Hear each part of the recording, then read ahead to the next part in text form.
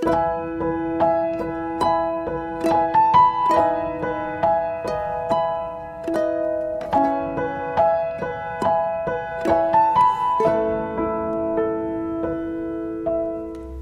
kita berdoa terlebih dahulu ya. Bapak, terima kasih. Kami percaya bahwa malam ini Engkau punya pesan khusus buat setiap kami. Kami mau belajar firman-Mu lebih hari lebih untuk mengenal Engkau lebih dalam lagi Tuhan, supaya kami tahu bagaimana kami bersikap Bapak. Lewat firman-Mu respon kami pasti benar. Lewat firman-Mu damai sejahtera pasti tinggal dalam hidup kami sekalipun ada banyak tantangan.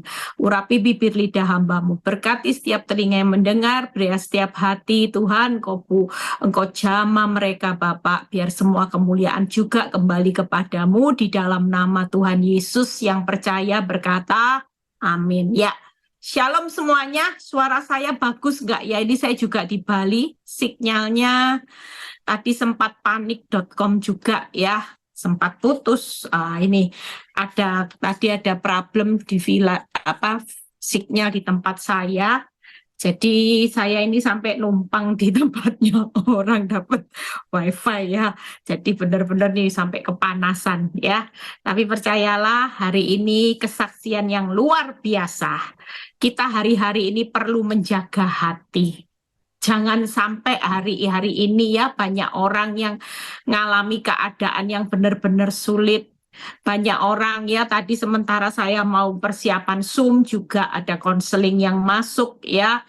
Bagaimana hari-hari ini banyak orang pusing. Dia bilang, Bu, saya ini stres, depresi, lihat suami yang hari ini seperti ini dan seperti ini, keuangan Bu menuju bangkrut dan sebagainya. Satu hal saudara yang perlu kita tahu hari ini, di tengah keadaan yang sulit, jangan terus lihat keadaan yang sulit. Makin dilihat, makin direnungi, makin dihitung-hitung, kita semakin khawatir, kita semakin panik, dan kita semakin depresi. Tapi waktu kita melihat ke Tuhan, maka kita tahu bahwa Tuhan berkata malam ini kalau kita mengadakan ya, belajar saudara hari ini, kalau saudara lagi stres puncak, saudara mulai angkat kepala ke atas ya, mulai angkat kepala ke atas dan mulai berkata, jadilah kehendak-Mu. Percayalah, dengan mengatakan hal yang sederhana ada kekuatan yang luar biasa ya. Nah, malam ini kalau saudara dengar kesaksian, jangan terus keraskan hati, khususnya buat ibu-ibu atau bapak-bapak yang lagi join. Kalau Tuhan suruh buka hati untuk mengampuni, ndak usah nuntut pembalasan. Baiklah hati kita mulai terbuka buat Tuhan. Tadi sebelum saya khotbah, saya share di grup ya jemaat bagaimana tentang pilihan hidup, mau berkat atau kutuk. Berkat atau kutuk itu pilihan hidup. Kalau kita mau menikmati berkat Tuhan, maka kita harus dengar perintah Tuhan. Jangan menyimpang dan jangan menyembah ilah lain, termasuk berhala-berhala yang melebihi Tuhan, maka kita akan menikmati berkat. Nah, malam ini bagaimana khotbah tentang pembalasan ada di tangan Tuhan. Ya, tadi pagi saya sempat share sedikit waktu jemaat Jakarta onsite, saya bilang gini, pengampunan itu memang sakit, tapi pengampunan itu indah. Kenapa? Tanpa saudara sadari, waktu kita mengampuni seseorang, walaupun sakitnya luar biasa, ndak masuk akal loh ngampuni orang yang bertahun-tahun membuat hidup kita susah, menderita, ya mungkin sampai autoimun, rasanya kan ndak adil ya. Tapi percayalah mengampuni itu indah, karena pertama ketika kita mengampuni tanpa kita sadari, kita itu sedang menyenangkan hati Tuhan. Sebab apa? Karena waktu kita mengampuni, kita ini sedang taat akan perintahnya, yaitu saling mengasihi. Harus saling mengasihi. Yang kedua, kenapa mengampuni itu indah di samping menyenangkan hati Tuhan, karena kita lagi membalas kebaikan Tuhan.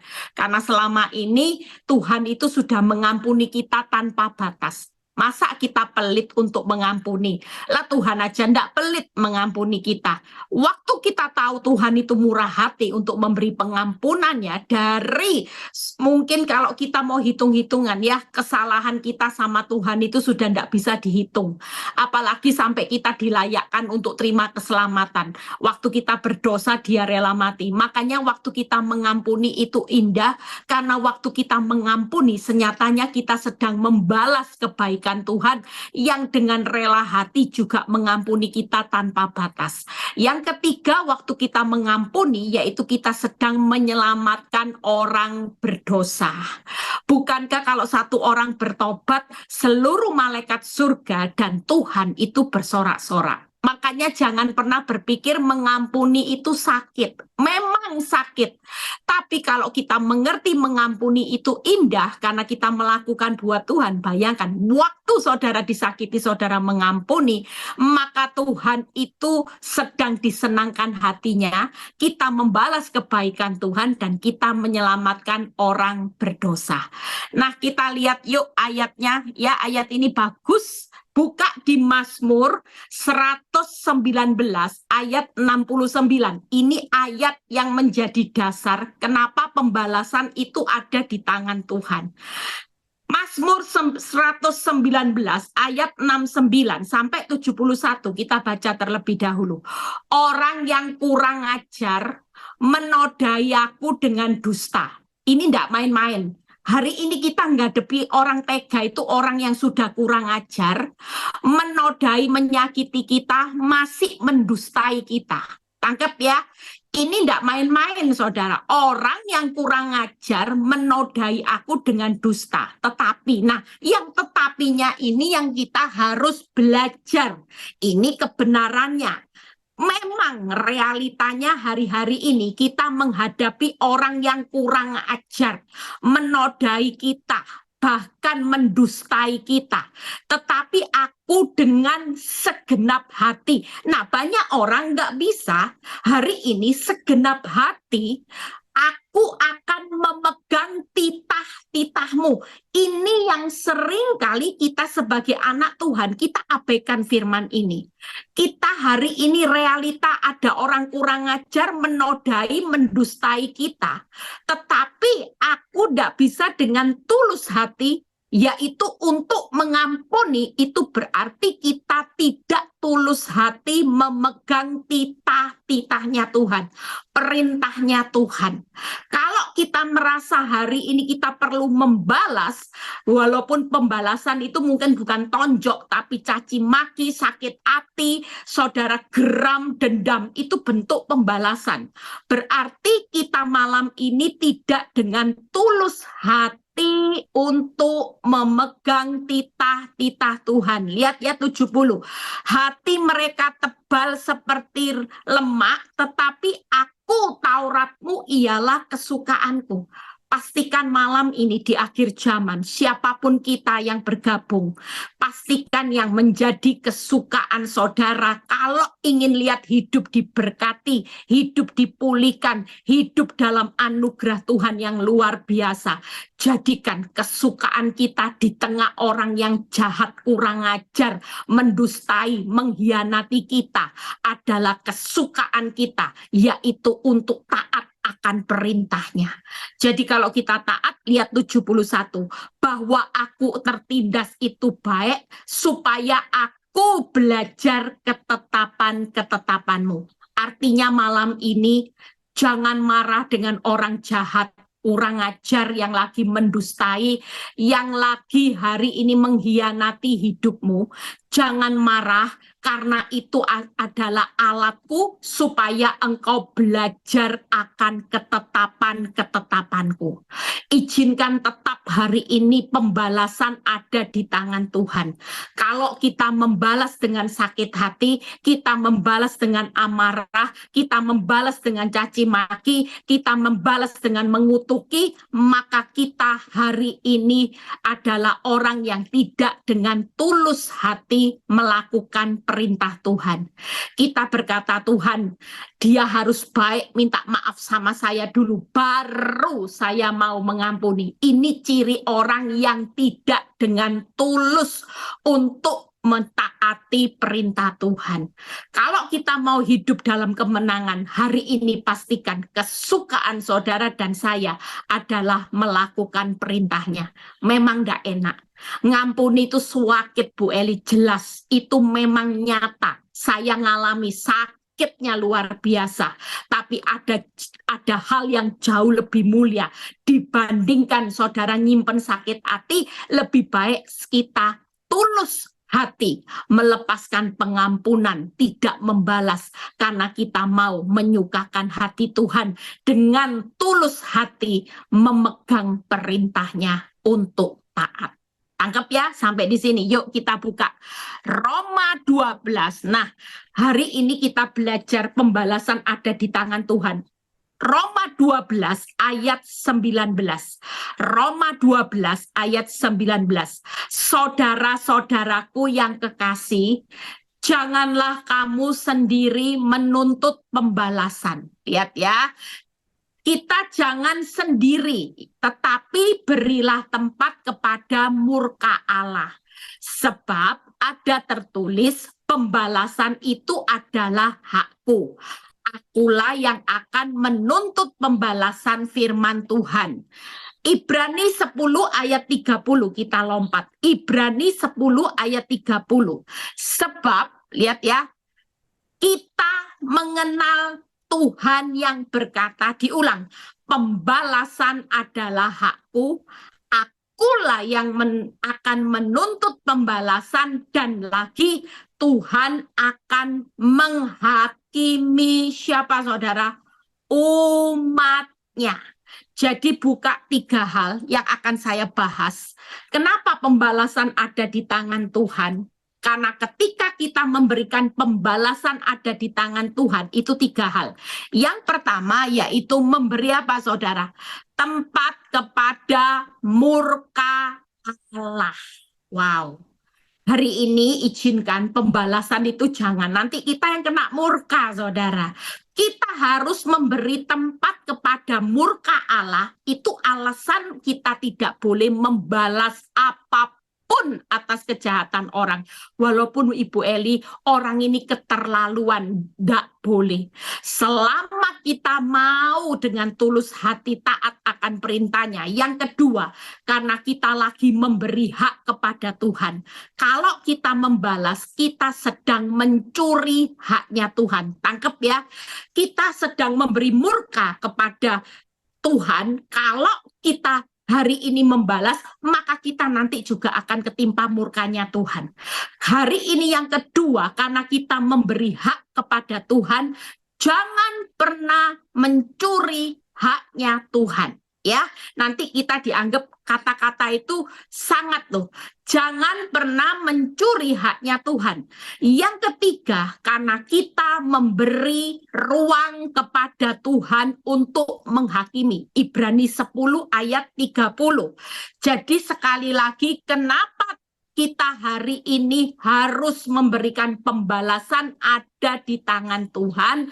Karena yang pertama memberi tempat kepada murka Allah, memberi hak kepada Tuhan, dan yang ketiga memberi ruang untuk Tuhan menghakimi. Tangkap ya, saudara dan saya diciptakan bukan sebagai hakim, istri sebagai penolong, suami sebagai imam yang tidak berhak menghakimi istri yang lagi selingkuh, istri juga tidak berhak menghakimi suami yang lagi selingkuh, menghakimi mertua yang galak, menghakimi teman baik yang menusuk hidupmu dari belakang, karena kita lagi memberi tempat kepada murka Allah, tidak mencuri haknya Tuhan, dan kita hari ini memberi ruang buat Tuhan untuk menghakimi. Kita buka satu persatu ya. Jadi percayalah hari ini, yuk jangan dibalik loh ya. Pengampunan itu di tangan kita, penghakiman di tangan Tuhan. Jangan dibalik. Biasanya dibalik. Penghakiman di tangan kita, pengampunan saudara bilang gini, Tuhan, saya tadi habis marah, biarin ya Tuhan, puas saya, ampuni saya. Nah, itu dibalik namanya. Sekali lagi, penghakiman di tangan Tuhan, pengampunan ada di tangan kita. Ya, seperti khotbah saya yang beberapa waktu yang lalu di Filipi 4 ayat 5 yang berkata, hendaklah kebaikan hatimu diketahui semua orang sudah dekat. Ya, jadi pengampunan itu jelas bagian kita karena kebaikan hati kita harus diketahui semua orang. Dan Yakobus 4 ayat 17, jika seorang tahu bagaimana ia harus berbuat baik, tetapi ia tidak melakukannya, ia berdosa. Pastikan kalau kita tidak bisa mengampuni hari ini, kita berdosa di mata Tuhan. Dan kita ini hari ini, ingat ya, penghakiman Tuhan, kita akan tertimpa murkanya Tuhan juga nanti. Dan kita hari ini juga akan dihakimi juga. Makanya pembalasan itu ada di tangan Tuhan. Yang lagi memegang pembalasan di tangannya sendiri, yuk malam ini kasih ya, yang tangannya lagi pegang pembalasan malam ini berikan kepada Tuhan. Tukar, Tuhan tukar ya Tuhan, saya kalau habis balas suami saya minta ampun sama Tuhan supaya Tuhan ngampuni kesalahan saya tidak bisa sabar, tidak bisa. Malam ini pastikan kita menukar yang namanya pembalasan, kita kasih sama Tuhan, pengampunan kita taruh di tangan kita. Itu jadi tanda karena hari ini kita mau dengan tulus hati melakukan perintahnya. Nah, kita buka satu persatu.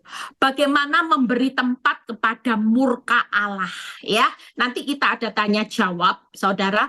Memberi tempat kepada murka Allah yang pertama, Mazmur 44 ayat 5 sampai 8. Mazmur 44 ayat 5 sampai 8. Seringkali kita ini tanpa sadar kalau kita tidak bisa melepaskan pengampunan, datang algojo. Makanya ada penyakit autoimun, penyakit kanker, penyakit darah tinggi, penyakit asam lambung, semua nanti ini bisa komplikasi, saudara. Kalau sudah komplikasi semua penyakit, maka ini yang akan membahayakan. Makanya hari ini yuk siapapun kita, sudahlah kita sadar. Kenapa sih pengampunan ada di tangan Tuhan? Karena kita lagi memberi murka, memberi tempat kepada murka Allah. Baca Mazmur 44 ayat 5 sampai 8. Engkaulah Rajaku dan Allahku yang memerintahkan kemenangan bagi Yakub. Hari ini percayalah setiap kita itu sudah diperintahkan kemenangan. Saudara jadi keset itu cuma sesaat. Saudara dikhianati, ada orang yang kurang ajar, yang mendustai saudara, yang menusuk hidupmu dari belakang, itu cuma sesaat. Tapi pada akhirnya saudara akan menikmati kemenangan. Lihat ya berikutnya 6. Dengan engkaulah kami menanduk para lawan kami. Ya, jadi yang boleh menanduk itu bukan kekuatan saudara dan saya. Dengan namamulah, lihat ya, kami menginjak-injak orang yang bangkit menyerang kami. 7. Sebab bukan kepada panahku aku percaya, pedangku pun tidak memberi aku kemenangan. Tetapi engkaulah yang memberi kami kemenangan terhadap para lawan kami, dan orang-orang yang membenci kami kau beri malu. Jadi hari ini pastikan kita beri tempat kepada murka Allah, karena Tuhanlah yang memberikan saudara dan saya kemenangan. Bagaimana 3 hal? Yuk kita lihat. Yang pertama, Tuhan itu akan menanduk musuh-musuh saudara. Itu tadi ayat keempat. Ke-6, dengan engkaulah kami menanduk para lawan kami. Pastikan kita hari ini memberi tempat kepada murka Allah. Biarkan Tuhan yang menanduk musuh kami, Tuhan yang menginjak-injak musuh kita, dan Tuhan yang mengalahkan musuh kita. Itu tempat pada murka Allah. Memang kelihatannya orang jahat bisa gemuk hari ini, bisa ketawa di atas penderitaanmu, tapi waktu kita mengampuni, tanpa mereka sadari, mereka sedang menghadapi kekuatan murka Allah. Percayalah, musuh Tuhan yang nanti menanduk, menginjak-injak, dan mengalahkan. Saudara bisa bayangin kalau kekuatan Tuhan yang menanduk, menginjak-injak, dan mengalahkan musuh. Percayalah, kita tidak akan pernah kalah, saudara. Kita pasti menikmati kemenangan, bukan hanya sekedar kemenangan, tapi kemenangan yang sorak-sorai. Kenapa Bu Eli, Tuhan tidak izinkan saya hari ini ngalami kemenangan cepat aja biar sakit hatinya tidak berlama-lama? Kenapa mertua saya tidak cepat ambil? Tuhan aja, saya sudah cukup menderita menikah dengan suami yang anak mama, Bu Eli, sementara mertua saya galak. Kenapa Tuhan tidak ambil nyawa mertua saya? Itu kenapa? Karena Tuhan itu masih memakai mertua yang galak itu sebagai alat supaya saudara dan saya belajar ketetapan-ketetapan untuk kita dilatih tulus hati melakukan perintahnya. Jangan pernah takut, murka Allah sedang terjadi hari-hari ini buat orang yang jahat. Tapi kita tidak punya tempat untuk mengambil murka Allah. Izinkan Tuhan yang menanduk, menginjak-injak, dan mengalahkan musuh. Yang kedua, bagaimana Tuhan memberi hak kepada Tuhan. Jangan pernah curi haknya Tuhan. Ya, Tuhan yang berhak untuk hari ini membalas semua perbuatan jahat. Buka Yeremia 17 ayat 17 sampai 18. Yeremia 17 ayat 17 sampai 18. Kita baca. Janganlah engkau menjadi kedahsyatan bagiku, engkaulah perlindungan pada hari malapetaka. Saudara percaya, selain Tuhan memberi kemenangan, hidupmu aman kok di tengah orang jahat. Percayalah, kalau Tuhan berjanji menjadi perlindungan pada hari malapetaka, biarlah orang-orang yang mengejar aku menjadi malu, tetapi janganlah aku menjadi malu. Lihat ya, mereka terkejut, tetapi aku ini terkejut. Ayat ini sering saya ulang waktu pembalasan, karena supaya saudara mulai hafal ayat ini. Buatlah hari malapetaka menimpa mereka dan hancurkan mereka dengan kehancuran berganda. Saudara percaya, kalau kita tidak mencuri haknya Tuhan, kira-kira Tuhan itu Allah yang adil enggak? Seadil-adilnya. Dia pasti melindungi saudara di hari malapetaka. Musuh menjadi malu, kita enggak jadi malu. Musuh akan terkejut, kita tidak akan terkejut. Musuh tertimpa malapetaka, kehancuran berganda, kitanya selamat. Tangkap ya, itu haknya Tuhan.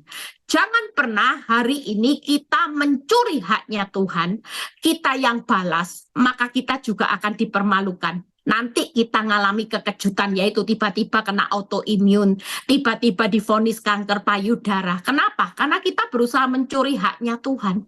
Jadi kalau kita juga ikut mencuri haknya Tuhan, maka kita juga akan malu, kita juga akan terkejut, dan kita juga akan ngalami bencananya berganda, malapetakannya berganda.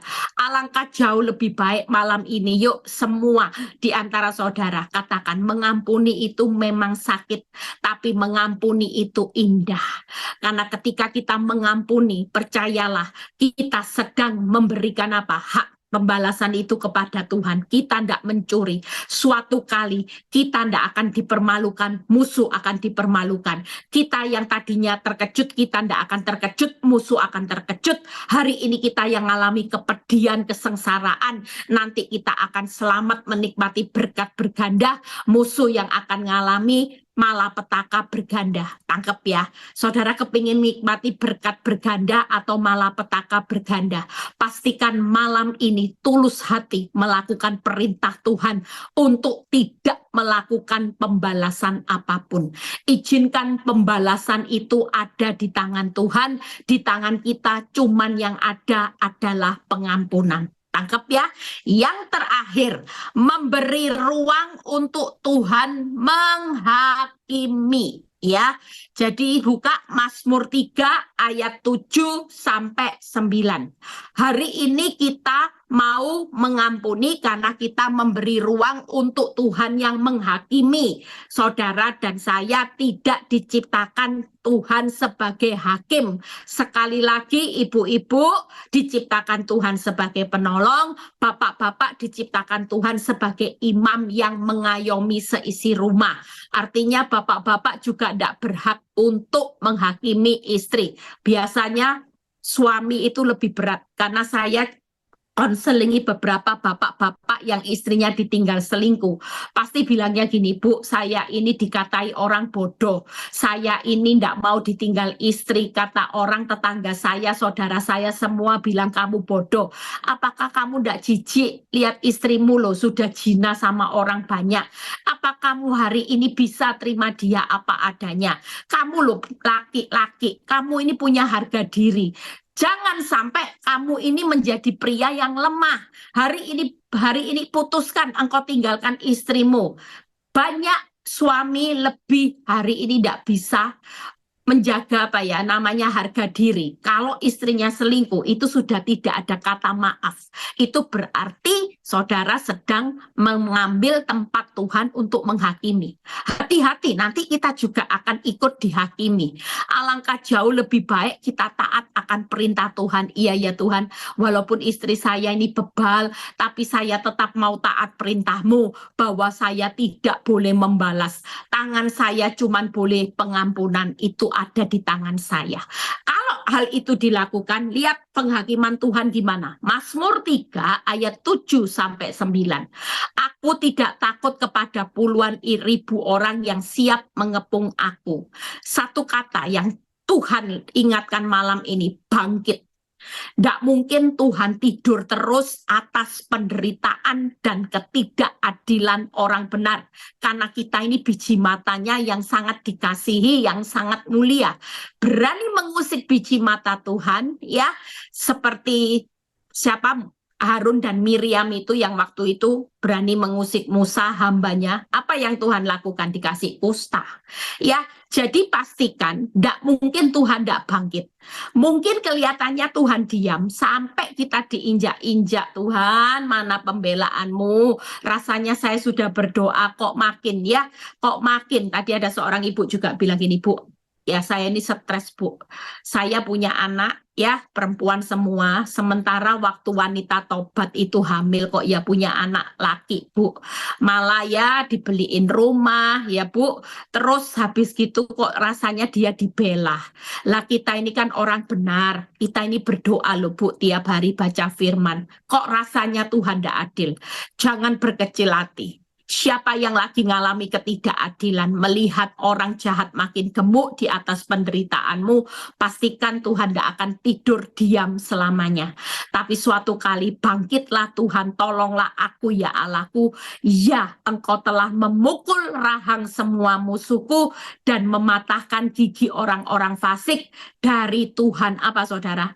Datang pertolongan berkat-Mu atas umat-Mu. Hari ini percayalah kalau pembalasan ada di tangan Tuhan. Karena pertolongan itu hanya datangnya dari Tuhan. Kita lagi memberi ruang kepada Tuhan untuk menghakimi. Yang pertama, Tuhan pasti bangkit menolong saudara dan saya. Tuhan pasti bangkit memukul musuh. Dan Tuhan pasti bangkit untuk mematahkan musuh. Saudara dan saya kasih ya ruang buat Tuhan untuk menghakimi. Tidak usah takut. Tuhan pasti datang untuk tolong saudara. Biarin orang yang jahat nanti berhadapan dengan kekuatan kebangkitan Tuhan, di mana nanti musuh akan dipukul, musuh akan dipatahkan oleh kekuatan Tuhan. Maka kita yang akan ditolong. Saudara dan saya mau malam ini jangan sampai hari ini berkecil hati di tengah proses yang tidak mudah ya. Kita percaya malam ini Tuhan sedang bekerja untuk memberikan kemenangan. Tuhan sedang memperjuangkan kebenaran kita dan Tuhan lagi memerintahkan ya. Tuhan tuh lagi memerintahkan kemenangan. Ada perlindungan pada hari malapetaka dan Tuhan pasti bangkit untuk menolong saudara dan saya. Apa yang jadi firman Tuhan malam ini kita review satu persatu. Kenapa kita memberi ruang kepada Tuhan, murka Tuhan? Karena kita bukan hakim, Tangkep ya, dan Tuhan pasti bangkit menolong saudara, Tuhan akan bangkit mematahkan musuh, dan Tuhan itu akan bangkit memukul musuh.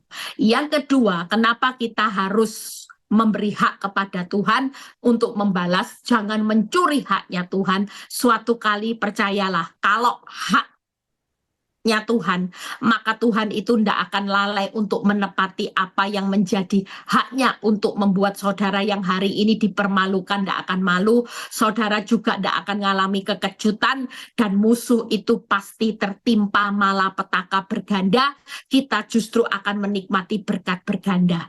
Jangan sampai kita juga ikut malu, kita juga terkejut mengalami bencana berganda, malapetaka berganda, karena kita hari ini tidak mau tulus hati dengar apa yang Tuhan perintahkan. Malam ini yuk buka hati saudara. Malam ini kita mau berdoa, kita mau bernyanyi. Sungguh-sungguh saudara, di tahun ini kalau saudara pengen lihat berkat Tuhan mengalir, damai sejahtera mengalir, pastikan miliki gaya hidup yang tulus hati untuk melakukan titahnya. Walaupun hidup ini tidak enak ya Bu Eli, tidak apa-apa. Kalau kita tulus melakukan titahnya, percayalah apa yang menjadi haknya orang benar tidak akan pernah ditahan. Yang pertama yaitu Tuhan memberikan apa saudara? Memberi tempat kepada murka Allah. Pastikan Tuhan sendiri yang akan menanduk, menginjak-injak, dan mengalahkan musuh. Saudara tidak boleh keluar tanduknya ya, buat orang yang jahat, tidak boleh muarah sampai emosi. Saudara juga tidak boleh nginjak-nginjak musuh, lebih lagi mengalahkan musuh, itu haknya Tuhan ya. Saudara yang lagi nanduk suami karena emosi, nanduk teman yang lagi hari ini menjengkelkan saudara, please mulai sekarang katakan, Tuhan, aku mau dengan tulus hati malam ini mengampuni siapapun yang menyakiti hatiku. Aku mau tulus hati karena aku mau melakukan titahmu. Sekalipun mengampuni itu sakitnya Tuhan, tapi mengampuni itu indah. Aku lagi menyenangkan hatimu, aku lagi membalas kebaikanmu, aku lagi menyelamatkan orang berdosa dengan pengampunan yang aku berikan. Aku tidak mau tanganku ini isinya pembalasan demi pembalasan. Biarlah malam ini segala bentuk pembalasan kita mau buang, kita mau berdoa. Yang sakit hati, yang lagi marah, yang lagi geram, yang lagi dendam, yang lagi sensi, ya, yang lagi nanduk emosi, lihat kejahatan orang yang melakukan, yang ditimpakan kepada kita, yaitu tadi orang yang lagi kurang ajar sama kita, orang yang lagi mendustai kita, orang yang lagi mengkhianati kita. Malam ini maukah Tuhan berkata, kalau ini engkau lakukan buat aku, maukah engkau melakukannya dengan tulus hati? Jangan setengah hati, walaupun itu menyakitkan sekali, tulus hati mengampuni. Jangan pernah menuntut pembalasan, karena beri tempat kepada murka Allah. Jangan mencuri hakku, beri ruang atas aku yang akan bertindak untuk menghakimi siapapun musuh. Yuk kita baca quote yang terakhir. Setelah itu kita mau nyanyi ya Fran, nyanyi ketika hatiku telah disakiti ya. Kita hari ini mau buka hati, baca quote yang terakhir. Bagaimana kita baca sama-sama? Yuk, 1, 2, 3. Pembalasan ada di tangan Tuhan yang membalaskan berkat berlimpah atas perbuatan benar. Kehancuran berganda atas perbuatan jahat. Pastikan malam ini, jangan mau jadi orang sudah disakiti, masih terima yang namanya, apa saudara? Kehancuran berganda. Enggak. Di tengah kita disakiti, kita mau menerima berkat yang berlipat dan berganda dari Tuhan. Dengan tulus mengampuni, tidak membalas. Buka hatimu malam ini, kita mau datang sama Tuhan. Kita mau memberikan segenap kehidupan kita kepada Tuhan. Ya, setelah itu apa tanya jawab terlebih dahulu ya Frans, lebih baik tanya jawab ya. Saya kasih kesempatan yang mau tanya jawab. ya. Nanti kita akan pemberesan hati. Saudara, tidak ada ruginya. Sungguh, saya cuman berharap buat siapapun yang mendengar malam ini, sungguh tidak ada untungnya sama sekali untuk saudara bertahan dengan sakit hati. Orang benar tidak akan pernah kuat untuk membenci lebih dari 1 jam. Tangkep ya. Orang benar tidak akan punya kekuatan untuk membenci seseorang lebih dari 1 jam.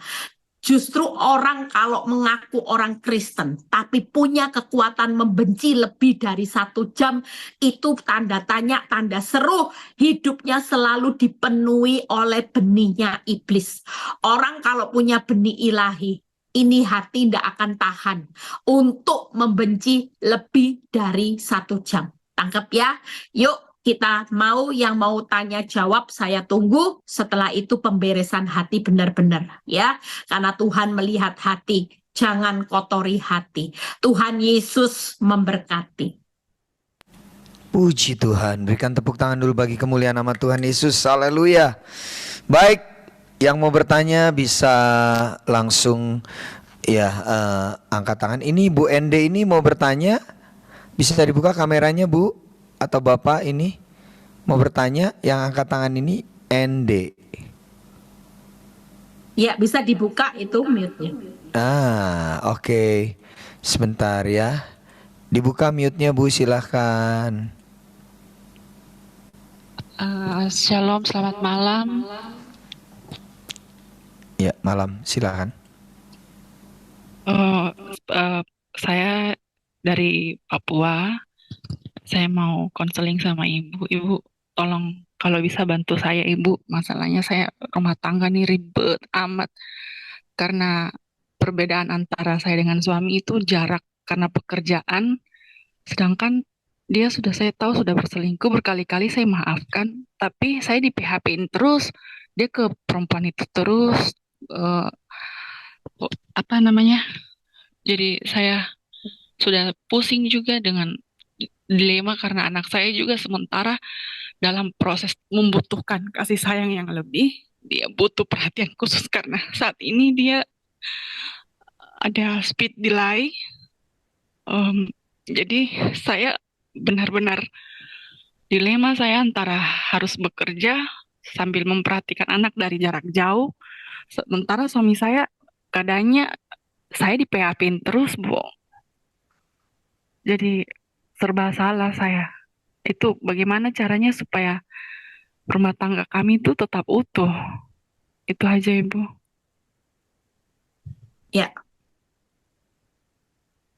Ya, saya jawab ya, Ibu. Ibu, sebenarnya setiap proses masalah itu tidak jadi masalah kalau kita tidak mempermasalahkan. Tanggap ya. Ibu kenapa depresi? Karena Ibu mempermasalahkan suami yang sedang selingkuh. Memang jujur orang bilang gini, lah suami selingkuh kok tidak jadi masalah. Itu kan bagiannya Tuhan. Kita kan jadi penolong. Apapun yang terjadi, Ibu hari ini harus bisa jaga hati. Ibu percaya bahwa ketika suami itu sampai itu tadi kurang ajar, ya, mengkhianati ibu, mendustai ibu, percayalah. Tetapi firman Tuhan berkata, aku akan dengan tulus hati, ya, untuk taat akan titahnya Tuhan. Tuhan bilang gini, ampuni, kasihi, doakan.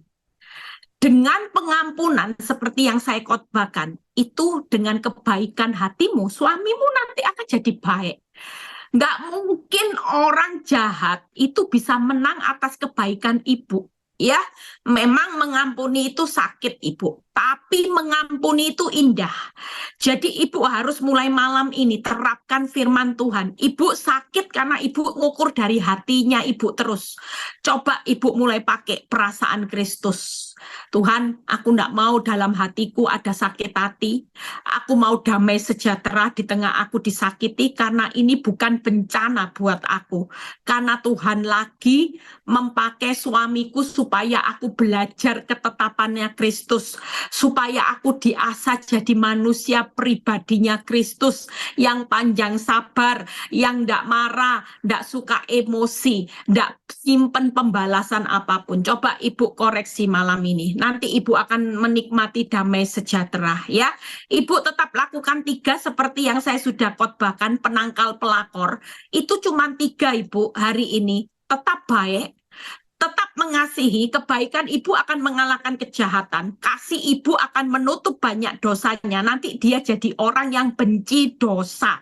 Enak loh ibu, kalau punya suami nanti benci dosa, baik benci dosa, ya lewat doa ibu itu kuasanya sempurna. Lah kalau ibu jujur, kalau ibu sakit hati gini nggak bisa berdoa, pasti doanya pun dari doa sakit hati itu nggak akan pernah punya kuasa yang besar. Ya, Ibu lakukan 3 ini mulai sekarang praktek. Percayalah, Tuhan tidak akan mencobai ibu melampaui kekuatan ibu sebagai manusia.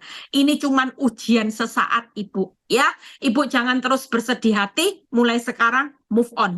Tuhan, aku bukan korban pelakor, tapi aku adalah pahlawan. Pahlawannya Tuhan lewat pelakor yang mengasah hidup ibu menjadi pahlawannya Kristus yang punya hati yang tulus untuk melakukan perintah Tuhan, tidak lagi sakit hati, tidak lagi membalas apapun. Nah, ini yang tujuannya Tuhan. Ya, Tuhan Yesus memberkati. Tetap semangat, Ibu. Jangan sedih. Oke, baik Ibu yang ada di Papua sudah sudah berusaha dijawab oleh Ibu Gembala. Ya, untuk selanjutnya mungkin kalau Anda mau konseling atau apa bisa DM Ibu Eli ya di Instagramnya @eli_victory ya. Oke, baik, puji Terima Tuhan. kasih. Oke, baik. Selanjutnya ada Pak Ardi yang akan bertanya ya malam hari ini. Ada Pak Ardi yang akan bertanya. Silakan Pak Ardi, bisa dibuka mute-nya. Halo, malam. Ya, silakan. Ya, kameranya dibuka, Malam. Pak. Oke, silakan, Malam, Pak. Ibu. Malam, Ibu. Shalom, Ibu. Malam, Pak. Shalom, Pak Fran, semua Bapak Ibu yang terkasih dalam Tuhan. Ya, ini perjalanan perkawinan saya sebenarnya Bu Eli. Beberapa kali saya juga DM ke Bu Eli mengenai perkawinan saya. Jadi sebenarnya lebih condong bukan masalah perselingkuhan, bukan masalah bukan masalah yang sifatnya itu berat sebenarnya Ibu. Jadi kecenderungannya adalah komunikasi. Jadi kami berdua ini kan jarang bertemu. Jadi saya bekerja di Jakarta, mulai menikah 2016. Terus saya warga Pasuruan sebenarnya. Saya warga Pasuruan, Jawa Timur. Sedangkan saya bekerja di Jakarta, mulai dari 2016 saya menikah. Baru pulang ke Jawa Timur itu tahun 2022. Pas saya kena PHK. Jadi saya mulai dari situ momen ketemu istri itu 24 jam. Jadi karena kami tinggal dengan ibu mertua, terus adik istri saya ada di sana juga dengan anak-anaknya, saya juga dengan istri dan anak-anaknya, jadi kecenderungannya clash begitu. Clash. Jadi komunikasi saya lebih komunikasi, saya pikir lebih ke komunikasi.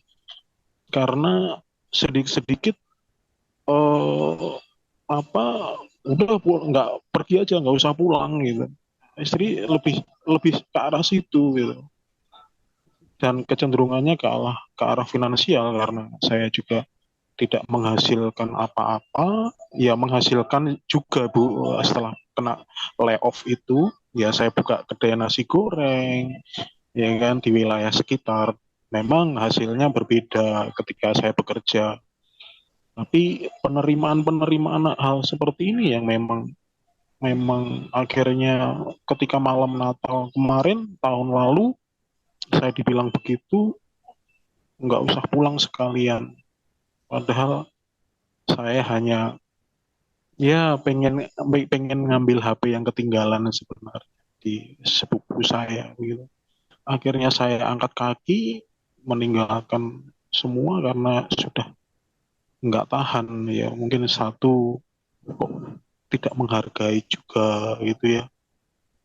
Ini mulai dari situ, mulai Natal kemarin sampai hari ini saya pergi ke Jakarta dan hidup saya seperti dibalik-balik sama Tuhan ini.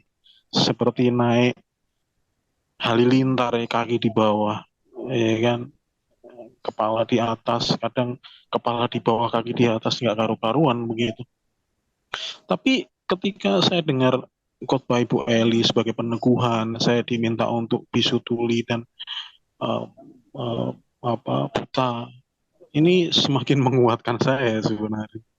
Jadi memang berat untuk saat ini, iya, karena istri saya sedang hamil, saya nggak bisa kontak dengan anak saya, kondisi kehamilannya seperti apa. Jadi kekhawatiran itu normal sebagai ayah yang tidak bisa bertemu dengan istri karena istri juga kerja. Gimana kalau dia Ya, mohon maaf Pak Ardi, mungkin karena waktu ya, jadi jangan ini bisa dipersingkat Pak, pertanyaan aja langsung ya Pak ya. Soalnya kita waktu juga ya Pak ya. Oke. Baik, intinya apa yang saya harus masih jalankan selain mendengar peneguhan dari firman Tuhan, Bu Eli. Soalnya kan mungkin 4 bulan lagi kami harus istri saya harus melahirkan, sedangkan saya tidak bisa ketemu dengan mereka. Itu yang membuat saya berat, Bu Eli. Jadi ini mohon Ibu. Iya, saya jawab ya Pak. Memberikan. Jadi gini Pak, posisi Bapak ini hari ini cuman hanya kekuatan Tuhan yang bisa memulihkan ya. Dan Bapak harus punya iman bahwa ketika kita datang berseru sama Tuhan, misalnya Bapak bilang ini, Tuhan, aku percaya Tuhan pasti pulihkan engkau jamah istriku. Kita percaya Pak ada waktunya Tuhan, Bapak tidak usah berkecil hati. Karena memang kehendak Tuhan itu selalu berbicara memberkati umatnya, memulihkan umatnya, dan tidak akan pernah menceraikan rumah tangga. Tangkap ya, itu sudah jadi kehendak Tuhan yang tidak bisa dibatalkan. Walaupun ada pihak ketiga yang berusaha membatalkan.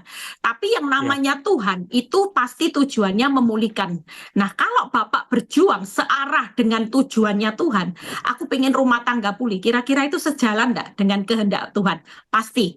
Nah kalau itu sudah tenang aja, Bapak cukup jaga hati ya. Mungkin sesekali Bapak WhatsApp istri minta maaf ya, kasih kesempatan buat aku berubah. Aku memang kapan lalu meninggalkan rumah, emosi, tolong kasih saya kesempatan sekali lagi. Mungkin itu bisa diucapkan ya. Bapak bisa mengucapkan itu WhatsApp dan sebagainya. Kalau masih istri mengeraskan hati, tidak usah berkecil hati. Karena memang Tuhan sedang bekerja menurut waktunya. Tapi dia bekerja untuk mendatangkan kebaikan di balik kekerasan hati istri. Karena nanti kalau sudah pemulihan, masing-masing akan menikmati perubahan hidup, Bapak berubah, istri berubah, dan waktu dipulihkan, ini akan menjadi satu kesatuan di mana kita sudah memakai rumah tangga itu dengan dasar kasih Kristus. Tangkap ya Pak. Jadi Bapak jangan berkecil hati karena melihat fakta. Tapi Bapak harus sadar bahwa ada Tuhan yang besar ya. Jadi Bapak doa aja, melangkah ya. Selain mendengar firman, Bapak juga melangkah baik sama istri. Kalau ditolak, tetap terus berbuat baik ya. Jangan jemu-jemu berbuat baik dan berdoa. Itu aja Pak. Tuhan Yesus memberkati. Terima kasih, Weli. Terima kasih. Oke, baik. Terima kasih Pak Ardi yang sudah terima kasih buat Pak Ardi yang sudah bertanya. Baik, untuk selanjutnya, nah ini pasangan suami istri yang suaminya ini berselingkuh dan ternyata selingkuhnya dengan istri orang. Apakah perlu memberikan bukti-bukti kepada suaminya bahwa istrinya itu berselingkuh dengan suaminya, gitu Bu? Apakah perlu memberikan bukti-bukti kepada mereka atau harus tetap bisu tuli buta? Silakan. Ya, menurut saya enggak perlu karena banyak yang orang konseling sama saya, makin diketahui akibatnya yang sana bercerai, akibatnya menikah ya, yang banyak kejadian gitu. Jadi ketika suaminya dikasih tahu istrinya selingkuh, otomatis ini menceraikan istri. Dan ini ketika diceraikan, ini ada nyata, ini masih proses, orangnya masih konseling sama saya. Jadi waktu ini diceraikan, si suami mau nggak mau dia bilang gini, aku terpaksa harus ngawin ini gara-gara perbuatanmu, karena dia sudah jadi korban sampai diceraikan suaminya gara-gara kamu, dan aku harus tanggung jawab untuk si istri ini, untuk aku kawini. Jadi terpaksa aku menceraikan kamu. Makanya lebih baik nggak usah. Izinkan itu tadi khotbah saya. Kasih ya, Ibu, murka Allah buat pelakor ya. Kasih hari ini haknya, bukan hak kita pembalasan terhadap orang yang lagi merusak rumah tangga kita, dan izinkan penghakiman itu kasih ruang buat Tuhan yang menghakimi ya. Jadi tidak usah Ibu. Tuhan Yesus memberkati. Jaga hati aja Ibu. Oke, sudah dijawab lagi. Jadi jaga hati, nggak perlu memberikan bukti-bukti. Untuk selanjutnya, bagaimana kita bisa mengampuni suami? Kemudian bagaimana caranya mengampuni diri sendiri? Harus seperti apa mengampuni diri sendiri itu? Kalau menurut saya, kita ini sudah diampuni. Buat apa kita mau mengampuni? Yang bisa mengampuni dosa itu kan Tuhan, ya. Bagian kita kan cuman hancur hati, ngakui pelanggaran, dan kita bertobat. Sudah, itu aja. Oh, namanya dosa sudah diampuni. Nggak usah bingung lagi lihat yang ke belakang. Yang penting hari ini kalau Tuhan sudah tegur kita, itu loh kayak saya dulu. Itu loh kamu dulu jadi istri, ya, suka ngomong yang negatif, suka maki suami. Nah, itu aja yang perlu diperbaiki, Ibu, ya. Nggak usah bingung. Kalau kita sudah bertobat, kita layak kok sama Tuhan, ya. Kita dilayakkan sama Tuhan karena hancur hati itu tadi, dan kita mau mengubah hidup kita. Itu tadi, tulus hati melakukan perintahnya Tuhan, ya. Tuhan Yesus memberkati. Baik, baik. Sebelum pertanyaan live ya untuk Ibu atau Bapak Deta, sabar sebentar. Nah, Bu Eli, apa yang perlu ditanamkan di kepala kita gitu katanya, yang setiap hari kita harus berinteraksi atau bertemu orang yang menyakiti kita, supaya kita tidak supaya hati dan mulut kita tidak berdosa saat emosi atau marah berlarut-larut gitu. Apa yang harus ditanamkan di kepala kita ini? Ya, yang ditanamkan gini, kita kan lagi dalam masa ujian proses ya. Ujian, jadi respon itu dijaga. Hati dijaga, respon itu perlu dijaga. Jadi anggap kalau orang yang nyakiti kita itu mondar mandir, itu saya berusaha gini, Tuhan itu hanya alatmu untuk kebaikanku. Jadi aku tidak perlu marah dengan alatmu. Anggap ya, biarkan kalau dia jahat itu urusannya Tuhan yang bales. Yang pasti kita tangan tadi apa pembelajarannya? Tangan kita tidak boleh ada pembalasan, tapi tangan kita harus selalu melakukan pengampunan. Kalau dia mondar-mandir, nyindir-nyindir saudara, ya terus katakan, itu alatnya Tuhan buat aku semakin memiliki karakter Kristus. Jadi tidak perlu marah sama alatnya Tuhan. Seharusnya bila perlu disamperi terima kasih ya, gitu ya. Gara-gara kamu, aku hari ini jadi orang yang sabar ya. Bila perlu kasih makanan. Gara-gara kamu, aku jadi orang yang sabar ya. Itu gambarannya. Tapi tidak usahlah terlalu seperti itu, nanti dia marah ya. Tapi itu gambarannya.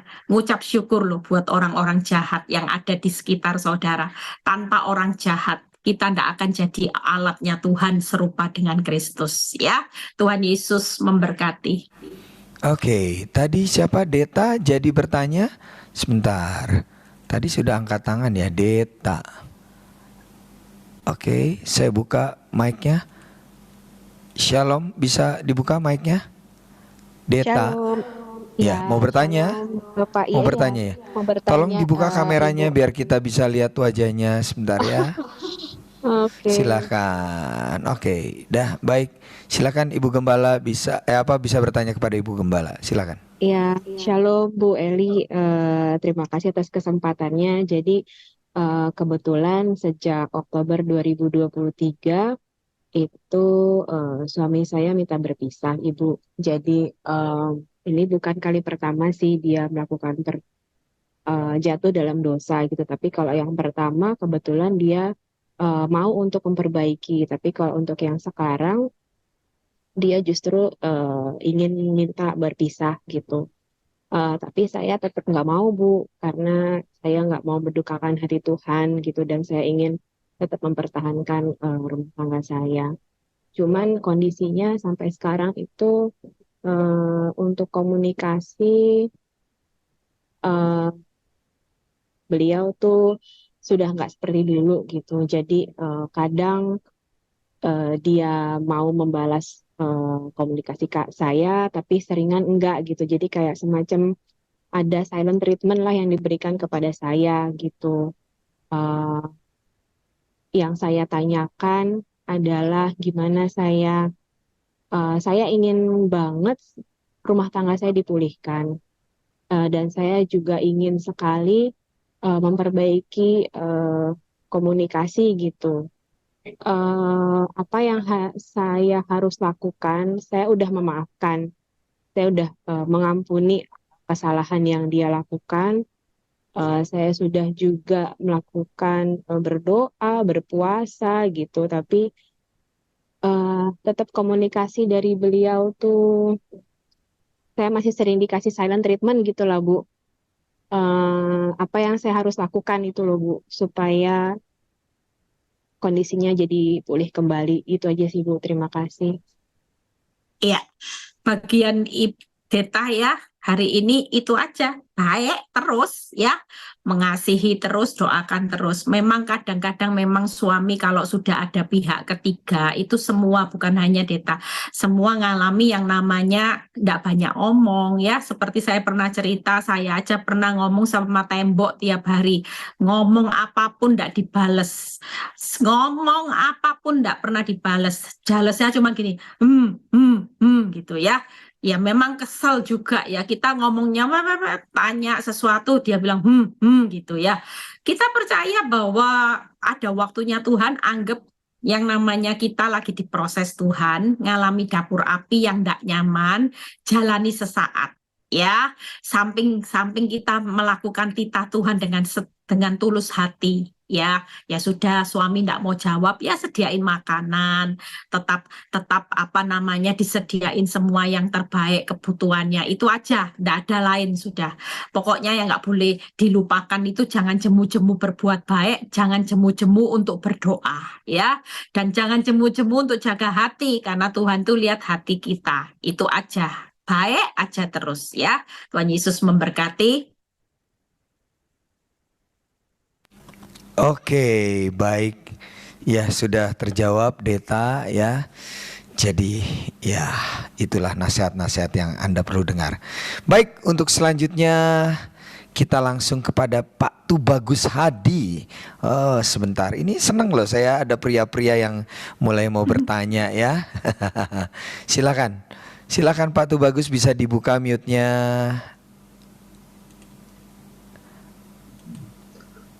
Malam Oke. semua. Ya, malam. Ya, Silakan Pak. Malam Ibu Eli. Malam. Aku cuma mau bertanya. Mohon maaf sebelumnya aku Muslim. Cuman belakangan ini aku sudah dekat sama salah satu seseorang. Sampai aku sudah mengikuti ibadah ke gereja. Karena aku berpikir mungkin semua agama itu mungkin sama. Nggak ada non-Muslim, nggak ada apa, itu semua sama. Cuman seiring berjalannya waktu, aku bisa mengimbangi pasanganku sendiri. Ya terkadang memang keluargaku agak berat ya Ibu Eli ya. Arti kata aku mencintai salah satu seseorang, dan aku pun dapat link ini pun dari teman aku. Nah cuman menurut Mbak Eli, apa yang bisa aku lakukan? Aku udah ke gereja, aku sudah belajar pelan-pelan, aku sudah melihat, oh agama seperti ini, aku udah mengikuti ibadah. Apa usul dari Ibu Eli apa? Saya cuma minta itu aja sih sebelumnya. Karena memang saya orang baru di sini. Sebelumnya saya non-Muslim, saya berasal dari Banten. Iya, artinya Oke. bagaimana untuk memperdalam kekristenan gitu? Atau Iya, arti kata aku nih masih dalam posisi mengambang ya. Kak Frans, Ibu Eli, arti kata aku ini mengambang. Arti kata hatiku nih masih kesono kesini. Cuman karena keyakinan aku melihat pacar aku dengan anak-anakku ya non-Muslim, gitu kan. aku sekarang lagi berpikir keras.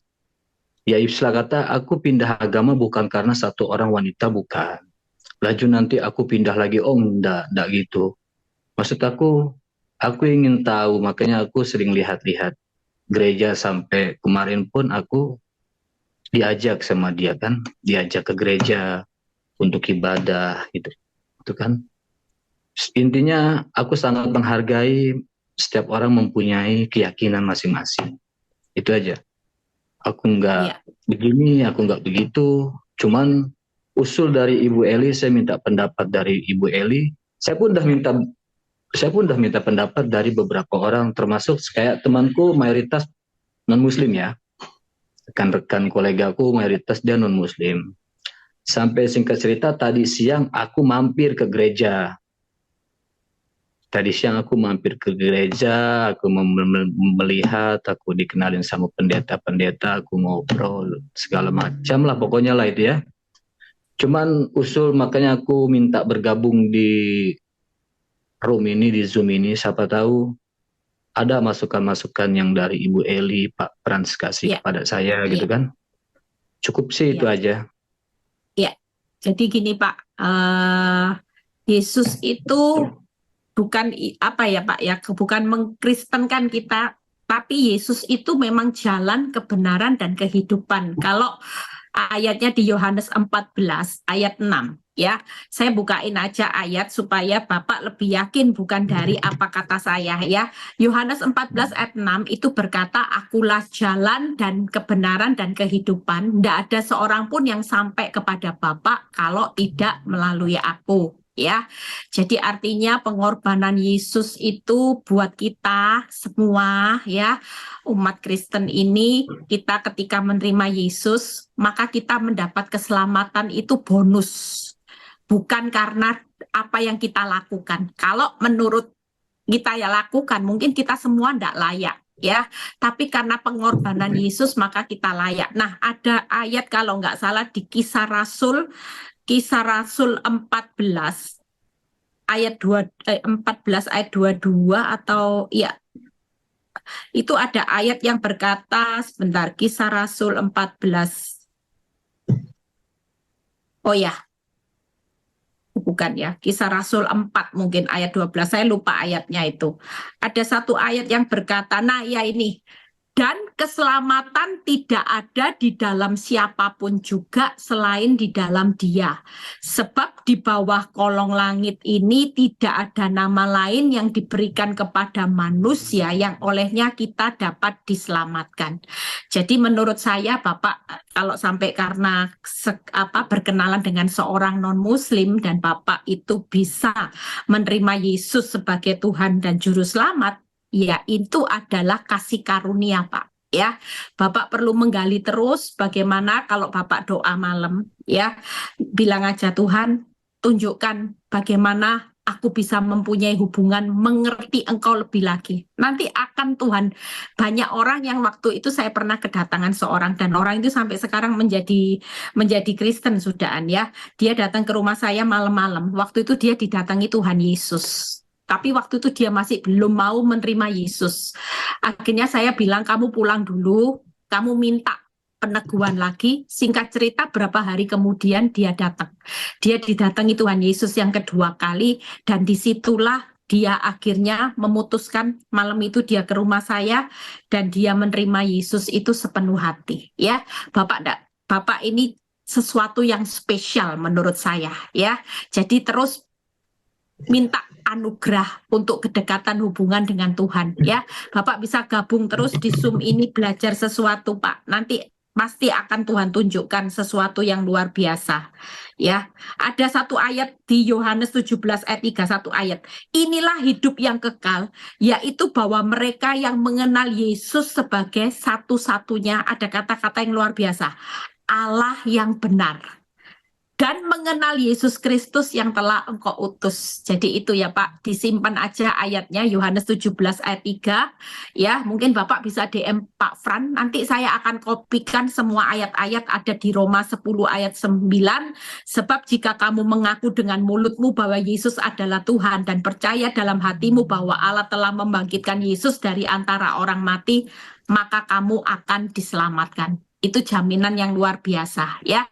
Bapak nanti bisa DM Pak Fran, saya akan kasih ayat-ayatnya ke Pak Fran atau DM ke saya akan kasih ya. Tuhan Yesus memberkati. Baik, ya. Terima kasih Pak Tubagus Hadi. Saya sudah chat itu Bapak ya untuk bisa Iya, Pak. nanti kontak saya ya. Oke, Oke, siap. thank you. Baik. Thank you, Pak. Ya, untuk selanjutnya kita akan sama-sama melihat lagi pertanyaan ya, pertanyaan. Nah, ini apa? Ada seorang kakak yang sangat prihatin dengan adik laki-lakinya yang berpisah dengan istrinya, ya, yang menurut adik laki-lakinya istrinya itu berselingkuh. Kemudian sekarang malah adik laki-lakinya lagi dekat lagi sama seorang wanita padahal pengennya mereka supaya bersatu lagi. Nah, kira-kira nasihat apa yang perlu saya sampaikan kepada adik laki-laki saya? Soalnya adik laki-lakinya tuh ngerasa udah jijik banget katanya karena istrinya sudah berselingkuh katanya begitu. Nah, silakan Bu Eli mungkin ada sedikit nasihat buat kakaknya. Iya, makanya saya bilang, kalau suami lihat istri selingkuh itu lebih sulit untuk ngampuni, itu memang di mana-mana selalu seperti itu. Bahkan ada seorang yang datang sama saya itu sudah tidak ada kata maaf sudah ya, langsung sudah digugat dan repotnya kalau seorang istri yang selingkuh hak asuh itu jatuh ke suami. Jadi termasuk anak-anaknya diambil semua. Kalau istri selingkuh hak asuh itu sudah nggak bakal dapat. Jadi betapa hancurnya ibu ini ya, saya cuma bilang hari ini tidak ada jalan lain ibu lagi bayar harga atas apa yang ibu lakukan walaupun penyesalan memang datang terlambat, tapi kalau kita datang sama Tuhan, Tuhan itu pasti memberi ibu anugerah. Yang pasti kehendak Tuhan juga nggak mau kok misalkan ibu dengan suami dan ketiga anak ya.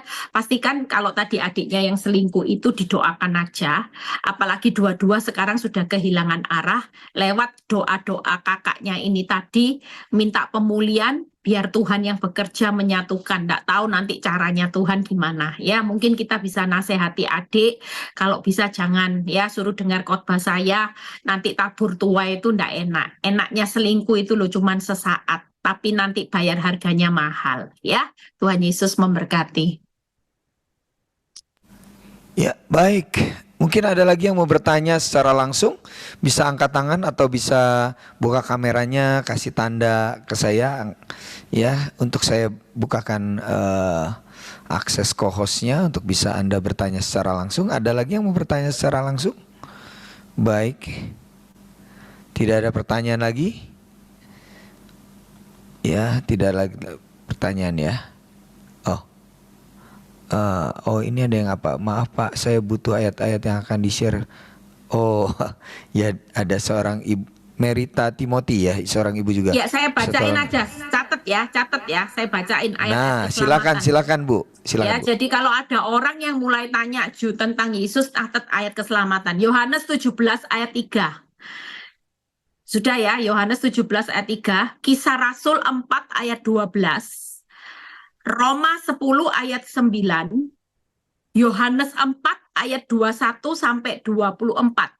Roma 10 ayat 9, Yohanes 4 ayat 21 sampai 24, Yohanes 14 ayat 6, 1 Yohanes 5 ayat 11 sampai 12. Sudah, itu aja. Ya, itu semua ayat saling menunjang. Jadi kalau ada orang butuh tanya tentang Yesus, juru selamat dan sebagainya, mereka mulai terbuka untuk menerima Yesus, saudara mulai pakai ayat ini aja. Ya, nanti itu sudah dijelaskan lengkap dan saya berusaha mencatatnya juga lengkap ya. Tuhan Yesus memberkati. Terima kasih Tuhan.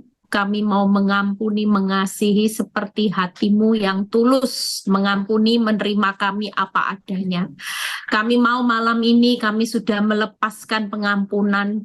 Biarkan kami serah terimakan semua pembalasan itu ada di tangan-Mu.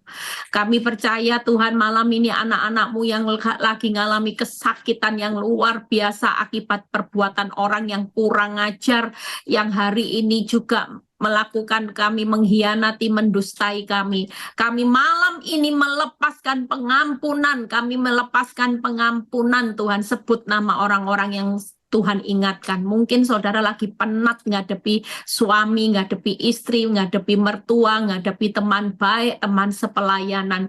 Katakan malam ini, aku mau mengampuni Tuhan, karena aku mau taat akan perintah-Mu dengan tulus hati. Aku mau mengampuni karena aku mau melakukan untuk menyenangkan hati-Mu dan membalas kebaikan-Mu, ndak bisa aku balas. Terima kasih buat malam ini Tuhan, kami sudah melepaskan pengampunan. Kami sudah melepaskan berkat atas musuh-musuh kami. Saudara boleh sebut nama, saudara boleh sebut nama. Terima kasih Bapa, kami menyerahkan nama-nama yang sudah disebut ini ke dalam tangan-Mu, biar Tuhan juga sendiri yang memberikan anugerah buat mereka juga bertobat Tuhan, untuk mereka bertobat meninggalkan semua perbuatan dosanya. Biar Tuhan berkati setiap malam ini kami melepaskan Tuhan berkat atas musuh kami, sehingga kami menikmati damai sejahtera, kami menikmati berkat Tuhan malam ini. Tidak ada iblis yang bisa mencuri berkat anak-anak-Mu. Kalau sebentar kami juga mau berpisah satu dengan yang lain, biar kami menerima berkat Tuhan, berkat Abraham, Ishak, Yakub. Damai sejahtera Allah Bapa, Putra, dan Roh Kudus menyertai saudara dan saya mulai saat ini sampai Maranatha Tuhan Yesus datang kedua kali. Yang diberkati dan percaya berkata amin. God bless, tetap semangat semuanya.